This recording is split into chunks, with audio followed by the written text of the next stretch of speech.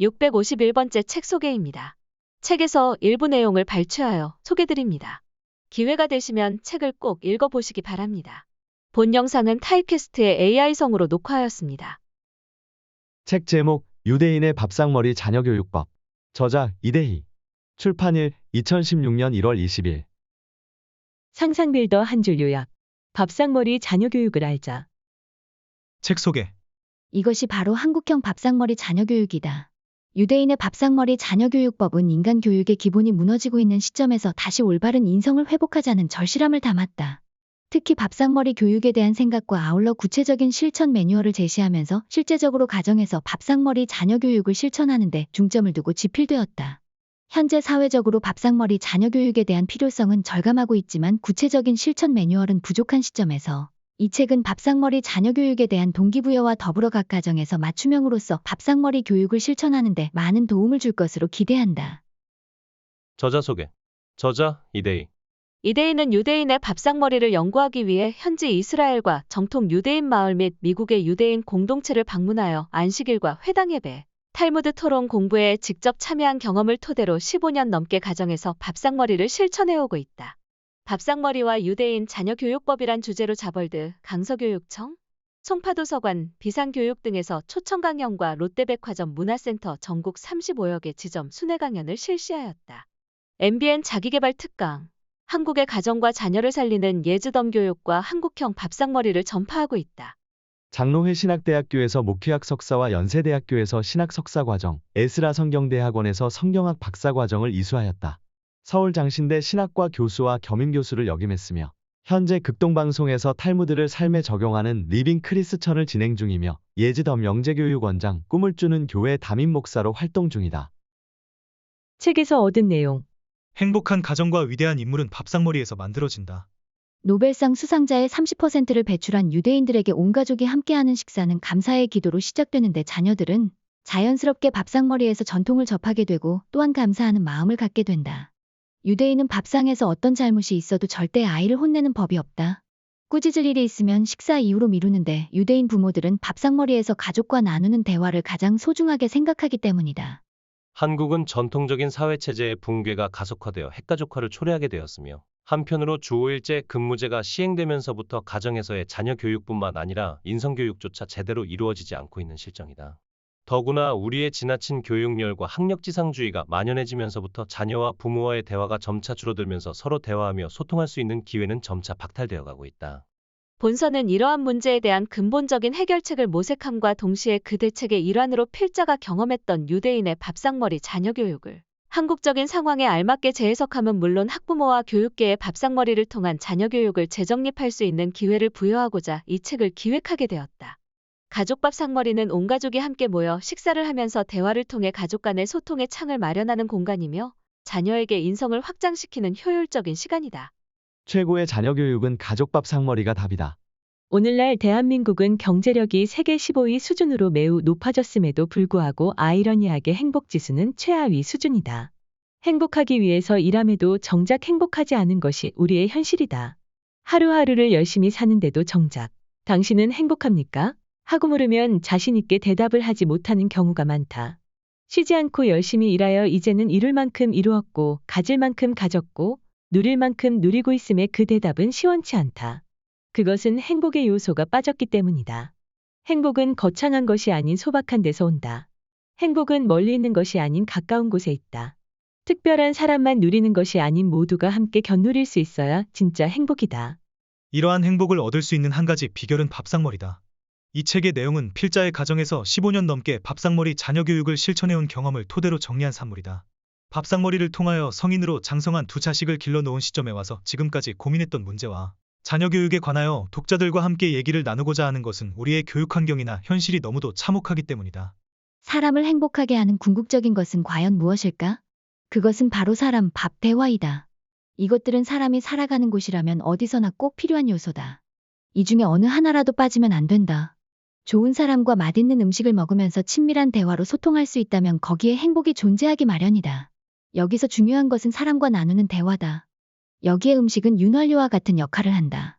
지금처럼 유대인이 세계 최강을 이룬 숨겨진 비밀은 밥상머리에 있다. 이것은 지금까지도 전 세계에 존재하는 유대인이라면 누구나 안식일 금요일 저녁부터 토요일 저녁까지 애 온 가족이 함께 모여 밥상머리에 마주하고 있다. 여기서 제시한 밥상머리 자녀 교육은 필자가 그동안 이스라엘과 미국의 유대인 공동체에서 직접 경험하고 느낀 유대인 가정의 밥상머리를 한국 상황에 맞게 보완한 것으로서 온 가족이 밥상머리에 모여 이야기와 질문, 토론과 대화를 나누는 행복한 공간이 될 수 있도록 기획하였다. 사람, 밥, 대화를 가장 효율적으로 추구할 수 있는 곳은 가정이다. 물론 학교와 직장 등 다른 곳에서도 가능하겠지만 가정이 최적의 공간이다. 창조를 이루는 핵심 요소 시간, 공간, 분야가 하나로 합쳐지는 곳이 밥상머리다. 작고 소박한 밥상머리이지만 행복을 결정짓는 중요한 장소이다. 지금 대한민국은 이런 소박한 시간을 가질 수 있는 환경과 거리가 멀다. 하지만 밥상머리는 크게 힘들이지 않아도 모든 가정이 실천할 수 있다.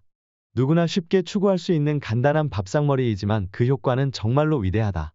지금이라도 마음을 먹고 가족끼리 밥상머리에 함께 한다면 모두가 행복해질 수 있다고 생각한다. 밥상머리는 지금 우리가 당면한 많은 문제들을 한꺼번에 해결할 수 있는 좋은 대안이라고 단언한다.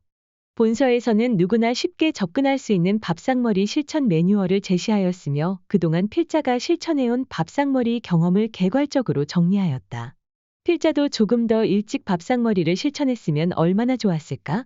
하는 아쉬움을 갖고 한국의 많은 사람들이 밥상머리의 비밀을 일찍 깨닫고 실천했으면 하는 마음으로 이 책을 쓰게 되었다. 우리나라는 아주 오래 전부터 밥상머리 전통이 있었지만 지금은 그 맥이 끊겼다. 무한경쟁과 물질만능주의가 우리를 지배함으로써 이제는 전통적인 가정문화조차 해체되는 상황에까지 이르고 말았다. 저출산, 인성, 입시, 학벌, 사교육비, 물질 양극화, 개인주의 등과 관련된 문제는 갈수록 심각하다. 정부는 나라의 근간을 세우는 인성교육이 학교라는 울타리 안에서 이루어져야 한다는 국민적 공감대를 토대로 인성교육에 관한 법을 제정했다. 2014년 12월 29일에 국회는 출석 의원 199명의 만장일치로 인성교육진흥법을 통과시켰다. 102명의 여야 의원이 공동 발의한 이 법안은 인성교육을 의무로 규정한 세계 최초의 법이다. 전국 유치원 및 초중고등학교가 인성교육을 교과과정으로 편성함으로써 의무화되었다. 그동안 성적 중심으로 학교가 운영된 것에서 진일보한 점이 다행스럽지만 한편으로는 인성이 또 하나 첨가된 과목으로 이수되지 않을까? 우려되는 점도 없지 않다. 자칫 인성교육이 사교육으로 변질될 수도 있다. 인성교육을 학교 주도로 하다 보면 인성도 주입식과 성적으로 평가하는 문제를 낳을 수 있다. 실제로 이런 현상이 여기저기에서 나타나고 있다. 그러나 엄밀히 보면 인성교육이야말로 학교보다 가정이 먼저 담당해야 할 몫이다. 가정에서 인성교육이 이루어지지 않으면 근본적인 해결책은 없다. 현재 학교에서 인성교육을 하려고 해도 가장 문제시되는 것은 인성을 가르칠 교사가 없는 데다가 그보다 더 큰 문제는 인성이란 책으로 배우는 것이 아닌 사람을 통해서 배운다는 점이다. 즉, 좋은 본보기를 통해서 배우는 것이 인성인데 지금 우리의 교육 현장은 이것을 실천할 수 있는 프로그램을 확보하지 못했을 뿐만 아니라 교사의 우수성은 인성교육보다는 역시 잘 가르치는 실력으로 평가받는 시스템이기에 실천 가능성이 현저히 낮다. 지금 우리의 학교와 학부모들은 여전히 학원의 명강의 고액 강사와 같은 수준의 교사를 선호하고 있다.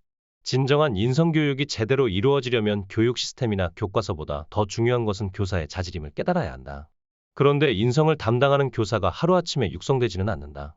학교에서 교사나 강사를 선발할 때 인성보다는 스펙 중심으로 선발하기 때문에 이런 상황에서 단기적으로 좋은 인성을 가진 학생을 만들어내기는 현실적으로 어렵다. 그렇다면 어떻게 해야 할까? 그 해답은 가정과 부모에 달려있다. 내가 성공을 했다면 오직 천사와 같은 어머니의 덕이다. 링컨. 이 세상에는 여러 가지 기쁨이 있지만 그 가운데서 가장 빛나는 기쁨은 가정의 웃음이다. 그 다음의 기쁨은 어린이를 바라보는 부모들의 즐거움인데 이 두 가지의 기쁨은 사람한테 가장 성스러운 즐거움이다. 페스탈로치. 한 사람의 아버지가 100사람의 선생보다 낫다. 조지 허버트. 요즘 한국 사회는 분노를 참지 못해서 저지르는 무서운 범죄들이 점점 늘어나고 있다. 부모와 자식, 가족과 친척, 이웃, 친구와 애인, 학교와 직장 등 그 영역은 다양하다.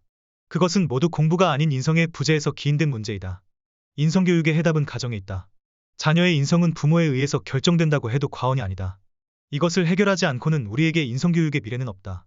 이 책은 가정에서 어떻게 하면 인성과 창의성을 동시에 추구할 수 있는가? 하는 실천적인 대안을 제시한 책이다. 본서는 가정에서 자녀의 인성교육뿐만 아니라 가정을 건강하게 회복하는 데 좋은 대책이 될 것이라 확신해 본다. 이 책은 인간교육의 기본이 무너지고 있는 시점에서 다시 올바른 인성교육 시스템을 구축하고자 하는 절실함을 담았다. 특히 밥상머리 교육에 대한 견해와 아울러 구체적인 실천 매뉴얼을 제시하여 실제적으로 가정에서 밥상머리 자녀 교육을 실천하는 데 중점을 두고 집필하였다. 현재 사회 전반적으로 밥상머리 자녀 교육에 대한 필요성은 절감하고 있지만 구체적인 실천 매뉴얼이 부족한 시점에서 이 책은 밥상머리 자녀 교육에 대한 동기부여와 더불어 각 가정에서 맞춤형 밥상머리 교육을 실천하는 데 많은 도움을 줄 것으로 기대한다. 특히 필자가 그동안 밥상머리의 모델로 삼고 연구해온 유대인의 밥상머리 자녀 교육법을 제시하여 독자 여러분의 이해를 돕도록 유도하였다. 밥상머리 자녀 교육은 수천 년 동안 유대 민족이 실천하고 있는 탁월한 교육 방법으로 이미 검증되었다. 필자는 이것을 한국 상황에 맞게 재구성하여 한국형 밥상머리 자녀 교육을 제시하려고 노력하였다. 원컨대 이 책을 통하여 가정뿐만 아니라 학교와 직장에까지 밥상머리가 확장되어 범국민운동으로 자리를 잡는 데 조금이라도 기여했으면 한다. 아주 소박한 밥상머리를 통하여 개인과 가정, 그리고 대한민국의 모두가 행복한 그날을 꿈꾸어 본다. 한편으로 각 가정에 당면한 어려운 문제들을 한 가지씩 해결할 수 있는 좋은 출발점이 되기를 소망해보는 바이다. 힘든 가운데서도 지금까지 밥상머리에 함께 참여해준 사랑하는 아내와 두 아이들에게 감사의 마음을 전하고 싶다. 가족 밥상머리가 우리의 가정문화로 정착되어 자손대대로의 전통으로 길이 이어지기를 기원해본다. 사람의 소중함은 가정에서부터 출발해야 한다. 가정에서 인정받지 못하면 사회에서 인정받기 어렵다. 인간의 소중함을 배우고 깨닫는 시간은 밥상머리이다. 온 가족이 같이 보낼 수 있는 유일한 시간이 밥상머리다. 흩어져 자기 일을 하다가 밥 시간이 되면 모두 함께 모인다. 그리고 거기서 모든 시작이 이루어진다. 그런데 지금 우리 사회에서는 밥상머리가 사라졌다. 너무 바쁜 나머지 가족이 함께 모여 밥상을 대하는 시간이 부족하다. 밥상머리에서 가족이 만나 대화를 나누면서 음식을 나누는 것은 가족 행복을 이루는 유일한 시간이다. 그런데 어느 순간에서부터 가족이 함께 모이는 밥상머리 의식은 먼 이야기가 되었다. 좋은 것으로 인식하고 있지만 거의 실천 불가능한 의식이 되고 말았다. 인생과 삶의 기본은 밥상머리에서 이루어진다고 보아도 과언이 아니다.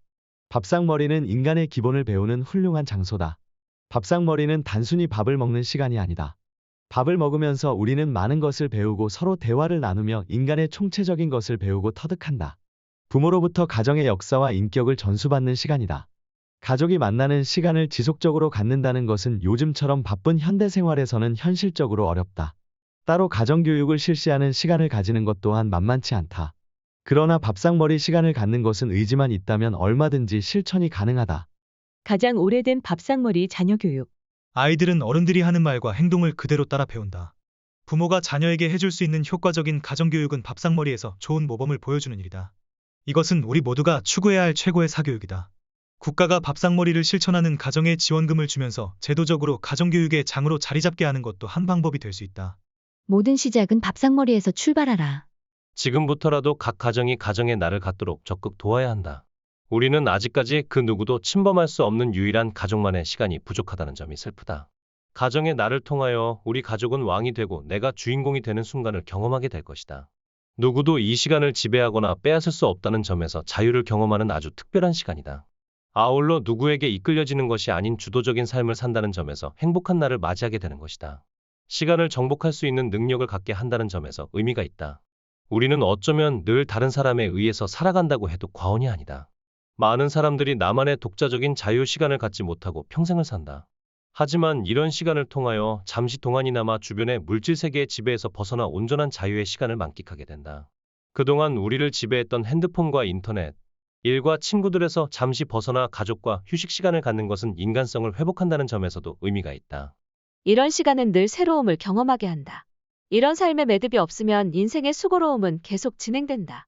그것은 우리를 지치게 하고 결국 무너지게 만든다. 거기에서는 창의성과 새로움을 발견할 수 없다. 이것은 마치 바이올린 줄을 계속 당기면 언젠가는 줄이 끊어지는 것과 같다. 하지만 바이올린 줄을 잠시 풀어놓고 다시 줄을 당겨 사용할 때는 새로운 마음이 들기도 한다. 우리는 이런 시간을 통해 지금까지 자신을 진솔하게 돌아보게 되고 미래를 향한 새로운 경험을 한다는 점에서 인간이라면 한 번쯤 가져야 할 시간이다. 밥상머리 행복은 과학적으로 증명되었다. 전문가들의 연구와 조사에 의하면 정기적으로 가족과 같이 밥상머리를 갖는 아이들은 감정적으로 안정되고 약물이나 알코올 중독에 빠지는 경우가 적다는 것으로 밝혀졌다. 물론 아이들의 우울 증세도 적었다. 이것은 자녀들뿐 아니라 엄마와 아빠에게도 그대로 영향을 준다.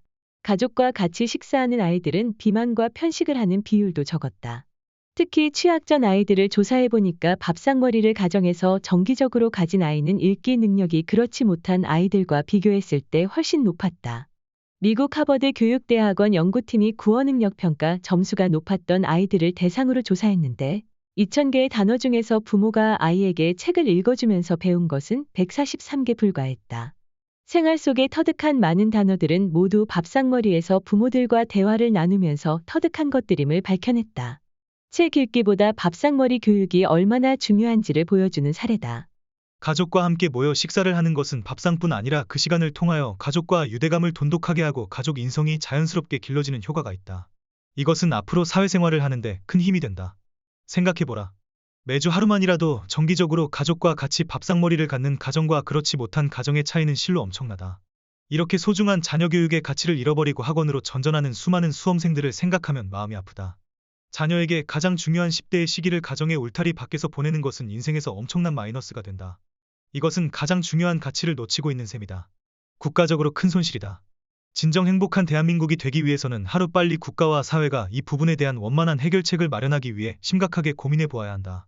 결국 가정이 무너지면 사회와 나라 전체가 불통이 되면서 점점 이기적인 욕망에 사로잡히게 된다. 밥상머리의 핵심은 소통이다. 부모와 자녀의 문제는 거의 대화 부족에서 발생한다. 자주 대화를 나누고 심도 있는 대화를 나누면 서로를 이해하게 되고 관계가 돈독해진다.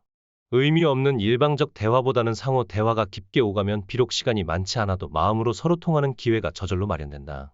이것을 이루기 위해서는 밥상머리 같은 정기적인 시간이 필요하다.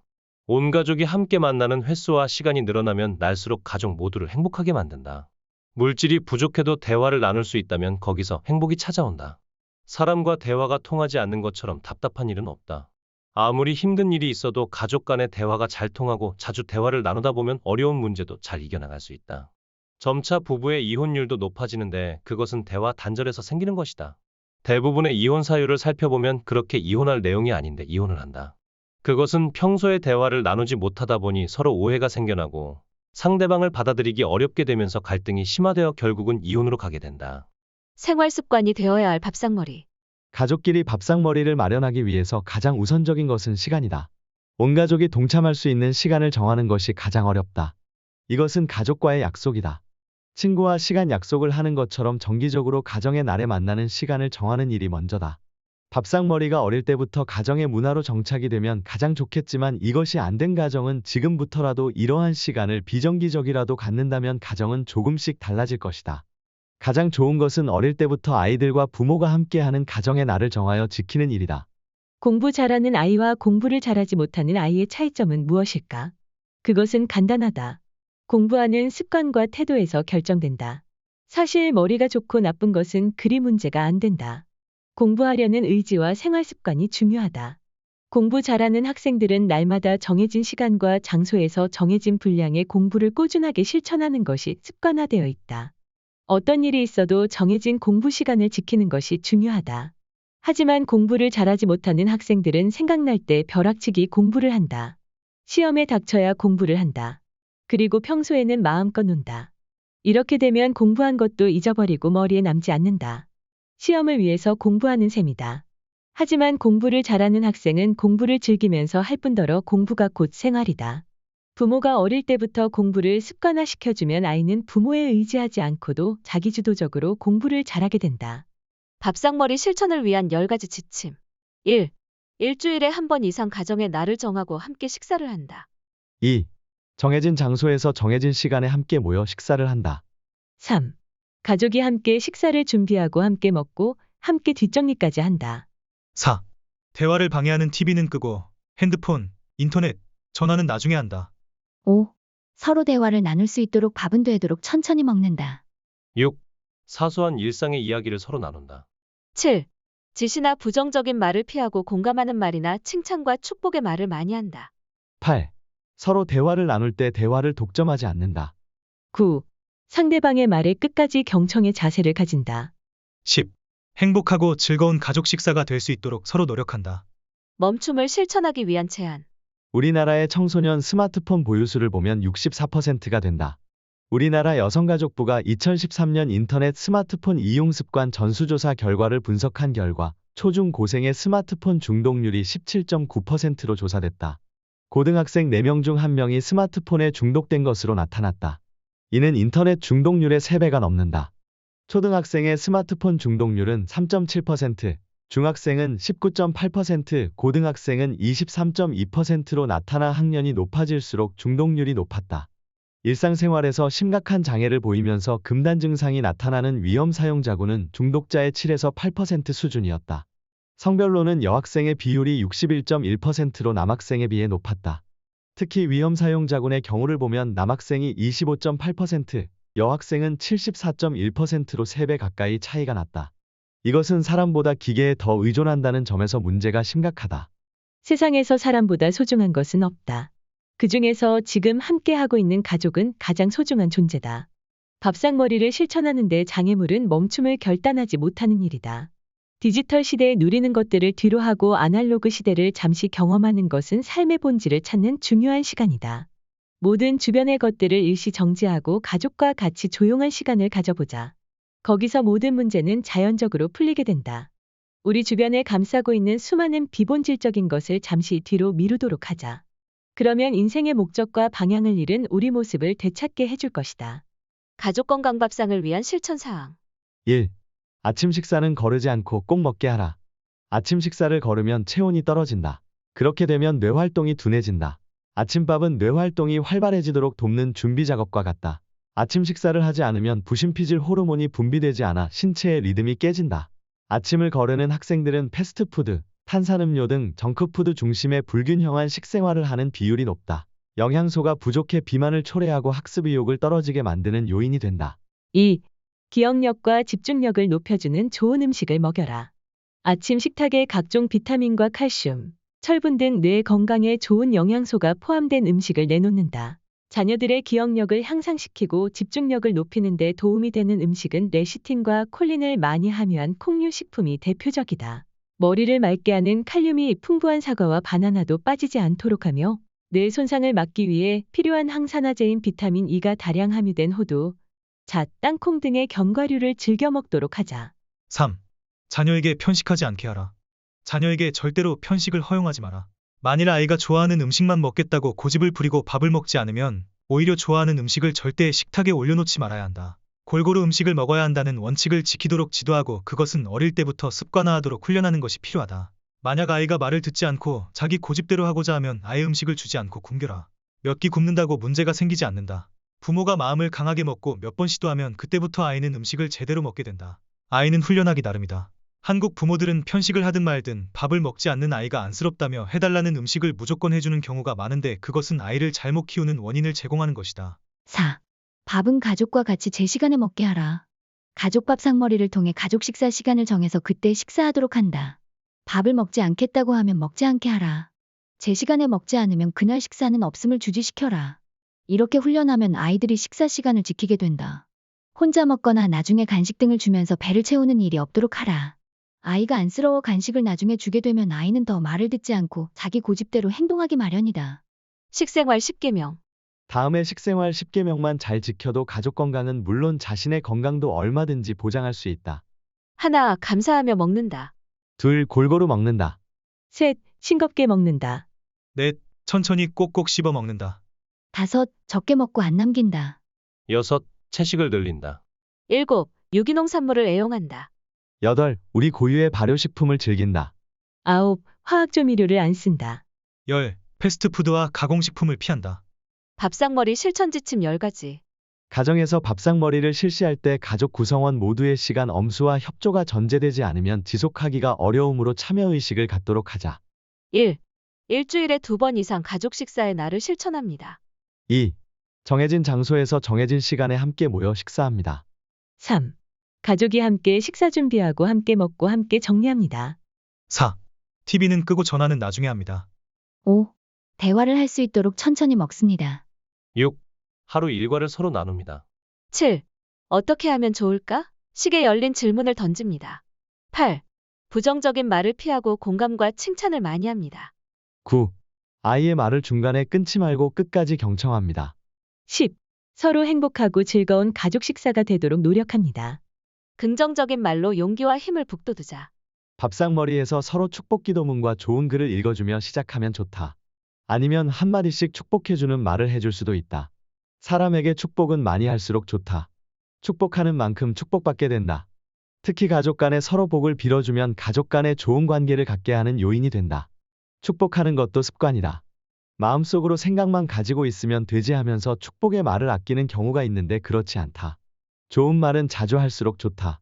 사람의 마음은 무슨 말을 듣느냐에 따라 달라진다. 일주일에 한 번씩 가족 식탁에서 서로를 위해 축복하는 시간은 아무리 강조해도 지나치지 않다.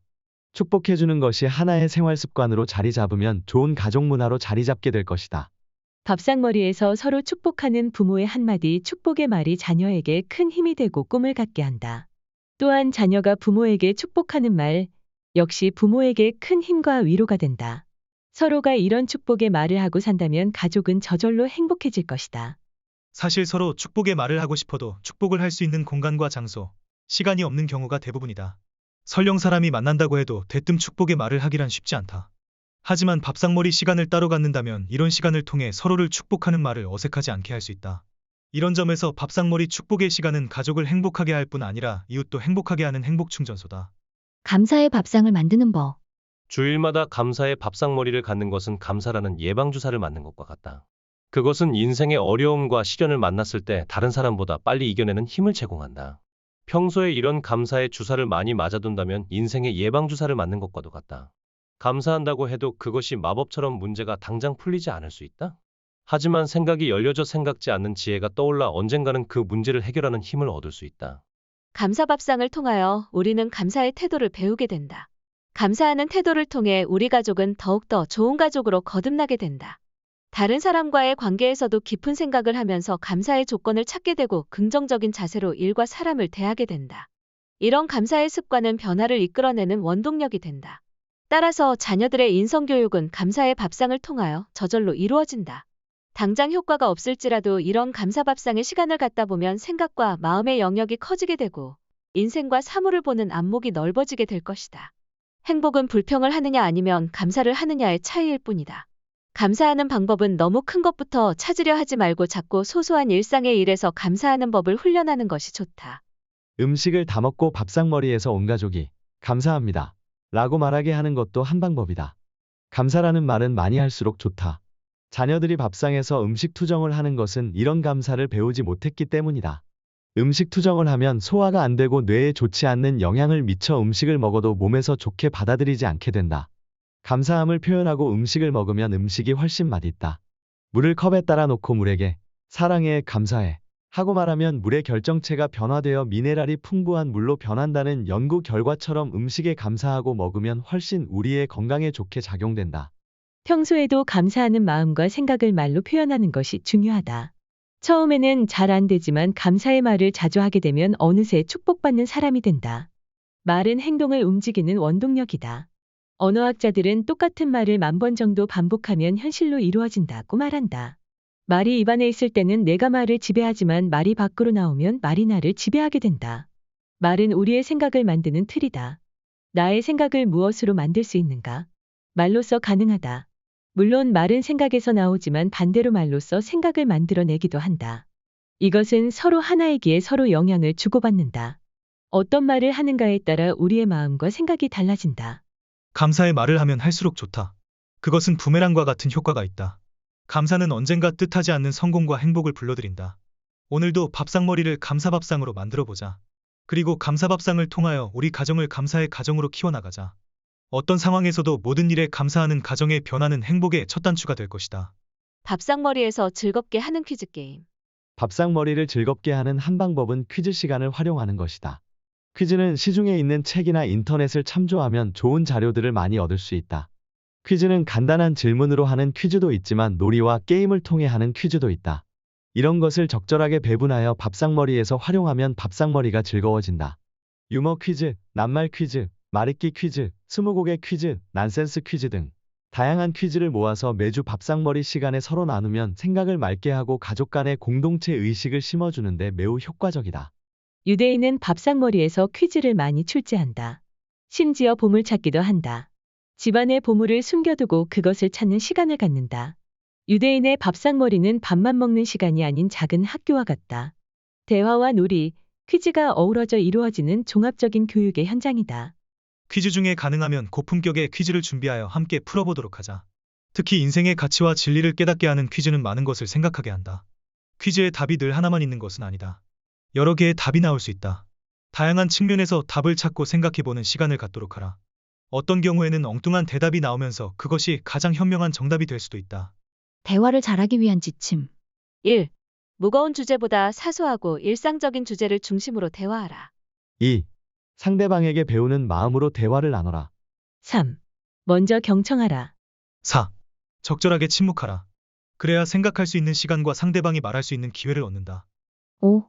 공통점을 찾아 대화를 나눠라. 6. 상대방과 입장을 바꾸어서 생각하며 대화를 나눠라. 7. 반응하고 공감해줘라.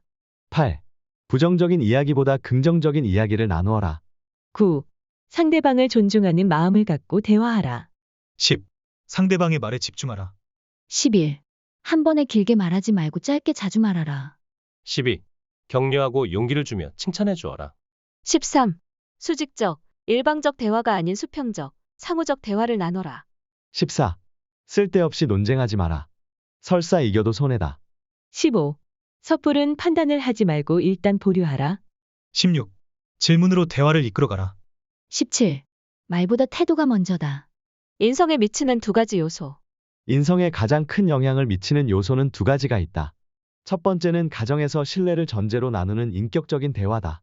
사람과 대화를 많이 나누다 보면 자연스럽게 인성이 길러진다. 책만 들여다보는 공부는 오히려 인성에 문제가 생길 수 있다. 실제로 명문대를 나오거나 공부를 잘하는 사람들 중에 인성에 결함이 있는 경우가 많다. 인성은 사람과의 관계성에서 길러진다.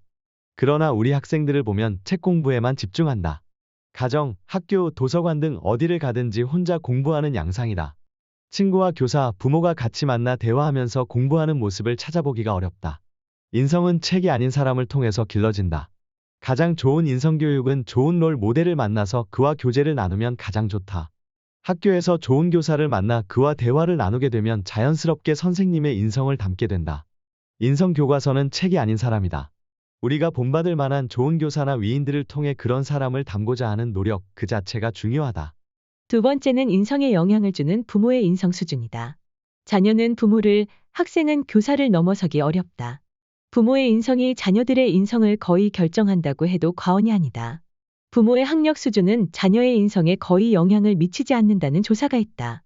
인성은 머리가 아닌 몸으로, 눈으로 보면서 배우기에 누구를 만나느냐가 매우 중요하다. 인성이 삐뚤어진 자녀 뒤에는 좋지 못한 인성을 가진 부모가 있다. 학교에서 인성교육이 제대로 이루어지려면 우선 교사의 질을 높여야 한다. 임용고시에서 교원대학 공부에서 인성교과목을 중요하게 다루어야 하는데 우리는 교과목만 공부하고 교사가 된다. 그러다 보니 교사의 인성이 턱없이 부족한 것이 현실이다. 유대인 학교인 예시바나 회당에 가면 입구에 존경하는 랍비 사진이 크게 걸려있다. 벽면에 존경하는 교사들의 사진이 걸려있다. 필자도 유대인 회당과 학교를 방문할 때마다 존경하는 랍비 사진들이 복도에 걸려있는 것을 많이 보았다. 우리는 주로 학교 벽면에 풍경화나 자연 그림을 게시하지만 유대인들은 자연 그림이 없고 사람 사진만 있다. 이것은 인성을 높이는 좋은 방법이다. 인성은 좋은 사람 한 명을 만나면 엄청나게 변화된다. 문제는 이런 교사와 부모가 우리에게는 적다는데 문제가 있다. 다시 말하면 인성을 삶의 일환으로 가르칠 교사가 부족하다. 밥상머리는 부모와 자녀가 함께 인성을 키우는 최고의 인성학교이다. 가능하면 조부모도 같이 밥상머리에 참여한다면 이보다 더 좋은 인성교육은 없다. 돈 없어도 자녀를 잘 키울 수 있다. 미국 하버드 대학의 연구진에 따르면 아이들의 학습 능력의 차이는 밥상머리 횟수에서 결정된다고 한다. 비록 저소득층이라 할지라도 책을 많이 읽지 못했더라도 밥상에서 가족과 식사 시간을 많이 보낸 아이들은 언어 능력이 뛰어났다. 혼자서 식사한 아이들에 비해 가족과 같이 식사를 한 아이는 학습 능력에서 차이가 많았다. 밥상머리에서 나눈 대화와 다른 아이들과 어울릴 때 나타나는 대화의 차이점은 무엇일까? 그것은 부모님과 같이 식사하는 자리에서 나누는 대화는 다양하고 수준 높은 어휘를 사용한 반면에 유치원이나 학교에서 같은 또래와 나누는 대화에는 어휘가 극히 제한적이다. 단어나 어휘의 발전 없이 같은 단어에서 머무는 것을 발견했다. 그렇지만 밥상머리에서 나누는 대화는 차원이 높은 단어들이 많았고 그런 점에서 고차원적인 언어 공부가 이루어짐으로써 소통 능력이 훨씬 뛰어났다는 연구 결과를 내놓았다. 부모가 책을 읽어줄 때 나온 어휘는 140여 개 불과했다면 가족 식사 중에 나온 단어의 숫자는 무려 1000개였다.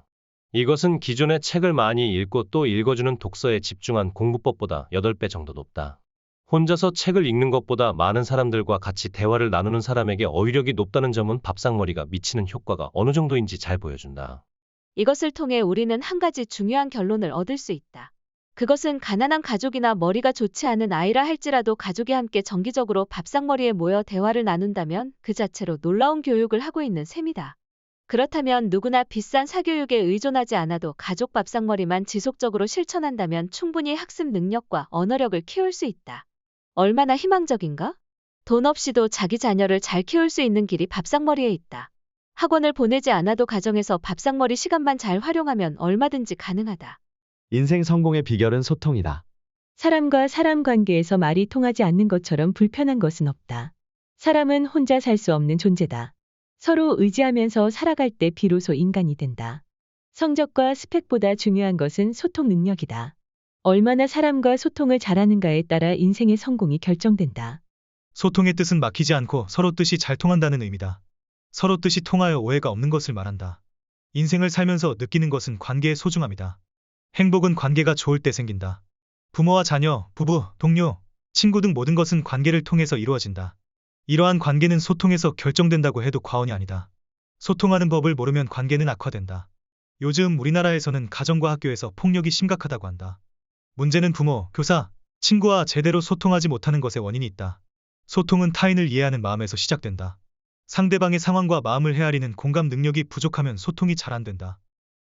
타인에게 관심이 많으면 많을수록 소통이 잘 되며 비교적 타인을 배려하는 따뜻한 마음을 가진 사람이 성공할 가능성이 높다. 그러나 이처럼 소중한 소통을 우리는 그동안 배울 기회가 없었다. 오직 공부에만 매달리다 보니 성적만 높이려고 했지 정작 중요한 사람과 소통하는 능력을 키우는데 소홀했다. 그 결과 왕따와 폭력이 난무하는 현실 속에서 살고 있는 것이다. 쉼과 건강을 밥상머리로 해결하라. 밥상머리는 우리의 건강을 위해서도 꼭 필요한 시간이다. 가장 중요한 것은 쉼을 가질 수 있다는 점이다. 특히 가족과 같이 휴식을 취할 수 있다. 일주일 중에 하루를 정해도 좋고 그것이 힘들면 하루 저녁이라도 온전히 휴식을 취하면 된다. 휴식은 우리의 건강을 유지하는데 필수적으로 필요하다. 쉬지 않고 계속 일만 하면 과로로 몸에 이상이 생긴다. 중간에 충분한 휴식을 갖게 해야 하는데 이것이 밥상머리다. 하지만 쉬는 것처럼 어려운 것도 없다. 우리는 쉼을 취하는 방법을 잘 모른다. 대체적으로 한국인이 휴식을 가지는 모습을 보면 온종일 잠을 자거나 TV 시청 등 소극적인 휴식을 취한다. 그렇게 휴식을 취하면 몸이 빨리 회복이 안 된다. 마음과 몸이 함께 휴식하는 법을 갖도록 하자. 때에 따라서는 혼자 지내는 휴식도 필요하지만 적극적인 휴식의 한 가지 방법으로 가족과 같이 밥상머리를 통해서 휴식을 보내면 좋다. 이렇게 되면 마음과 몸이 같이 회복할 수 있다. 특히 밥상머리를 통해 건강한 음식을 섭취하는 것이 요구된다. 친환경적인 밥상을 지속적으로 갖는다면 좋은 음식 습관으로 인하여 몸의 건강에 효과를 볼 수 있다. 그리고 밥을 빨리 먹기보다는 대화를 나누며 천천히 밥을 먹는 습관을 길들이자. 우리는 그동안 대화가 없는 밥상을 가져왔다. 그것도 바쁜 시간 때문에 각자 혼자서 밥상을 대하는 경우가 많았다. 이런 문제점들은 밥상머리를 통해서 해결할 수 있다. 몸이 건강해야 마음과 생각도 움직여진다. 몸의 건강은 생활 습관에 따라 달라진다. 잘못된 식습관과 스트레스 등은 우리의 몸을 망치게 하는 원인을 제공한다. 그러나 가족과 같이 즐거운 식사를 하고 휴식을 취한다면 우리의 몸은 몰라보게 좋아질 것이다. 주말에는 밥상머리 연장으로 가족과 같이 가까운 휴양림이나 가족 나들이를 가질 수 있다. 번잡한 곳보다는 가족과 같이 대화를 나누고 평온한 시간을 보낼 수 있는 곳으로 정하면 좋을 것이다. 창의력이 중요한 이유. 인간의 삶에서 창의성은 매주 중요하다. 오늘도 새로운 것들이 끊임없이 탄생된다. 그 속에서 승부를 걸려면 창의성이 필수적이다. 나만의 새로운 것을 제시하지 못하면 나의 존재 가치를 찾기 힘들다.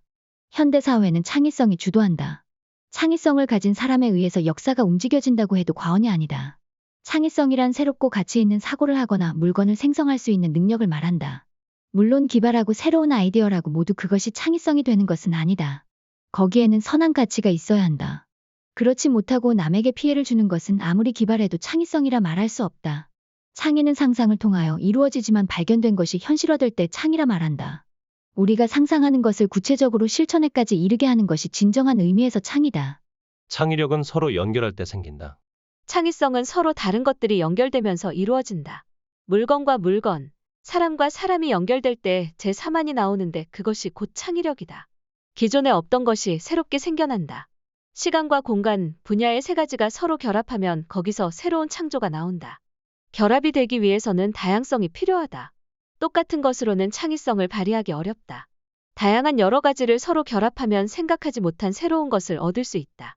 그 속에서 독창적인 것을 만들어내면 된다. 밥상머리에서 창의성을 얻기에 좋은 것은 이미 밥상머리 속에 창의성의 요소들이 다 들어있기 때문이다. 시간과 공간과 거의 모든 분야가 합쳐져 있다. 또한 밥상머리에서 나누는 이야기는 과거, 현재, 미래의 역사를 서로 연결해준다. 창의력은 고전과 역사에 관한 책들과 서로 대화를 나눌 때 더 깊어진다. 사람도 다양하여 할아버지와 아버지와 자녀와 형제들이 어울려 대화를 나눈다.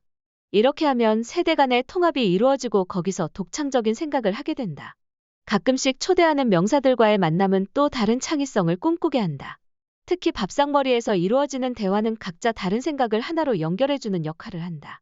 만약 대화가 없다면 서로 연계가 힘들다. 얼마나 자주 대화를 나누며 어떻게 잘 소통하는가에 따라 창의성이 좌우된다. 삶의 목적은 행복이다. 어떤 사회학자가 세계를 돌아다니며 사람들에게 물었다. 당신은 무엇을 가장 원합니까? 그때 대부분의 사람들은 행복이라고 답했다. 그들의 대답은 돈이 아니고 사랑과 행복이었다. 인생의 목적을 한 가지만 들라면 그것은 행복이다. 대단한 업적을 이루고 유명한 사람이 되어도 자신이 행복하지 못하면 그것은 헛것이다. 사람들은 행복하려고 노력한다. 열심히 공부하는 것도 결국 행복을 이루기 위해서다. 사람들은 지금보다 더 큰 행복을 얻기 위해 재물을 더 탐하고 인기와 명예, 권력을 지속적으로 추구한다. 그러나 과연 어느 정도 얻어야 행복해지는가에는 정답이 없다. 행복은 상대적이다. 행복은 사람마다 다르다. 세계에서 최빈곤국인 방글라데시와 부탄이 행복지수가 높은 이유는 인간의 행복이 어디에 있는지 잘 보여준다. 많이 가진다고 사람이 행복해지는 것이 아니다. 행복에 대한 잘못된 인식에서 빨리 벗어나야 하는데 이것은 결코 쉽지 않다. 여전히 잘못된 행복 신기루를 쫓아가는 사람이 우리 주변에는 많다. 더 많이 가지면 행복할 것이라 생각하고 욕심을 채우려다 패망하는 사람들을 보면서도 사람들은 여전히 그 길을 쫓아간다. 그것은 욕심 때문이다. 어떤 사람이 백만장자인 록펠러에게 물었다. 선생님, 사람은 얼마를 가지면 만족하게 됩니까? 록펠러가 대답했다. 지금 가진 것보다 조금 더 가질 때 만족하게 됩니다. 이것은 사람은 누구나 지금 이 순간에 행복해질 수 있음을 보여준다. 어떤 조사에 의하면 개인이 5천만 원 정도 경제 수준에 올라가면 그 다음은 많은 돈을 더 가져도 만족도는 별반 다를 바가 없다고 한다. 돈이 행복을 잠시 동안 느끼게 할 수 있지만 그것이 지속적으로 행복을 보장해주는 것은 아니다. 밥상머리에서 행복을 느껴라. 마음 편하게 일주일에 하루 저녁만큼이라도 같이 밥을 먹으면서 모여 앉아 마음 편안하게 대화를 나눌 수 있는 최소한의 가족 구성만 되어도 한국인의 행복도는 높아질 것이다. 일주일에 하루 정도는 온 가족이 밥상머리에 모여 시간을 보내는 것은 모든 가정이 누려야 할 기본 권리이다. 이것을 각 가정이 갖도록 배려하는 정책과 문화적인 공감대가 절실하다.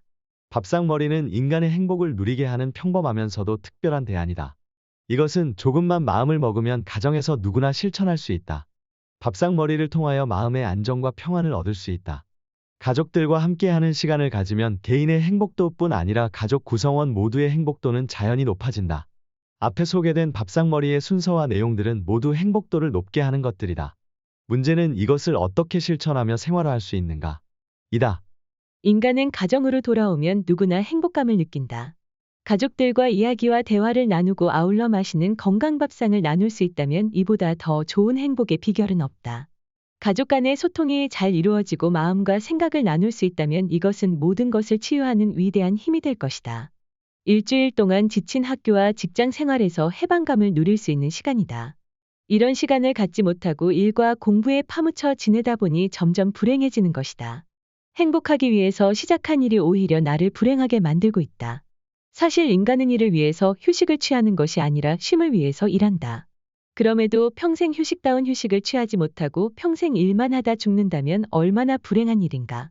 지금부터라도 일주일에 하루만이라도 행복밥상에 온 가족이 모이도록 노력해보자. 밥상머리 자녀교육, 지금부터라도 당장 시작하자.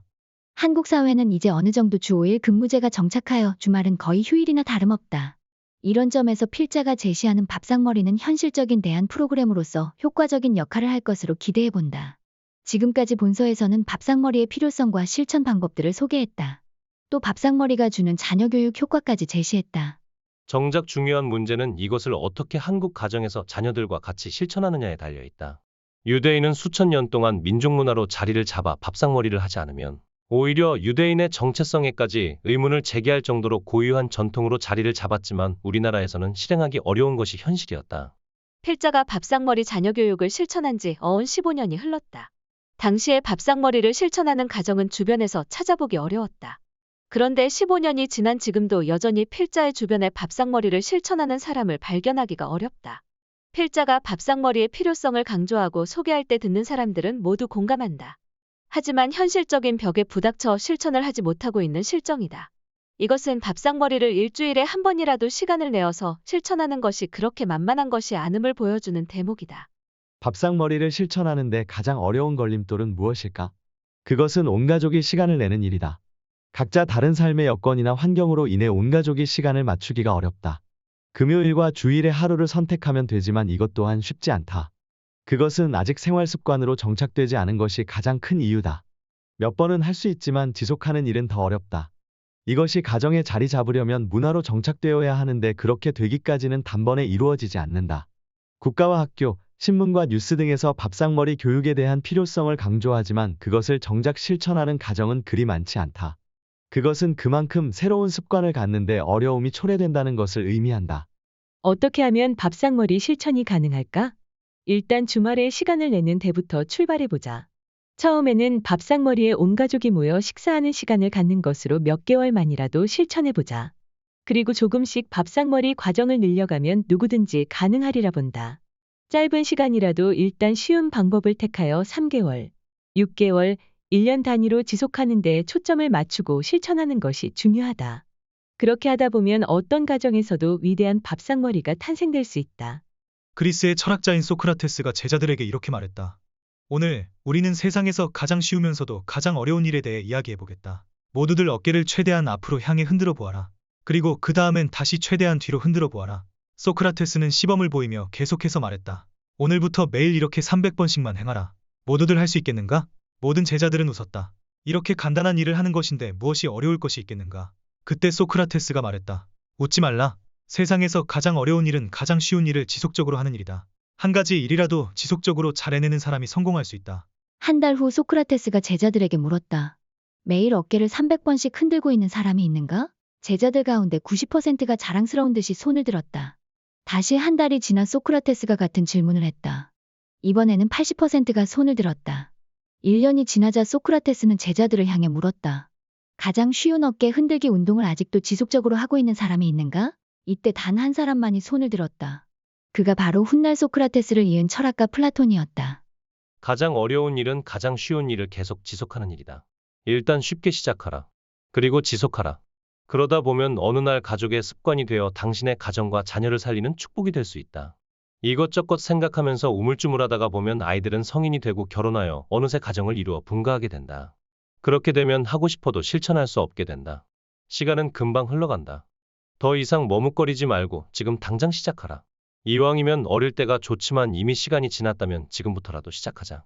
필자는 밥상머리의 유익한 점을 체험하고서 만나는 사람들마다 이것을 적극적으로 권유해보지만 정작 실천하는 사람은 거의 없다. 얼마 전에 필자는 한 가정의 밥상머리에 참여하고서 아주 행복한 경험을 맛본 적이 있다. 그것은 앞에서 열거한 밥상머리의 순서들을 잘 소화하고 있었기 때문이다. 특히 많은 가정이 어려워하는 질문뿐만 아니라 토론과 발표까지 수준 있게 실천하는 것을 보고 아주 놀랐다. 필자가 제시한 축복 퀴즈, 이야기, 질문, 토론, 대화 발표 초대의 밥상머리 과정을 나름대로 잘 실천하고 있었다. 이 가정은 필자가 7년 전에 한 방송사에서 방송 프로그램을 함께 진행하다가 우연히 만났던 가족이다. 2살 된 사쌍둥이를 가진 엄마였다. 아이를 어떻게 키울지 고민을 하다가 필자가 제시한 밥상머리를 기꺼이 받아들이고 그때부터 밥상머리를 토요일 저녁에 실천했다고 한다.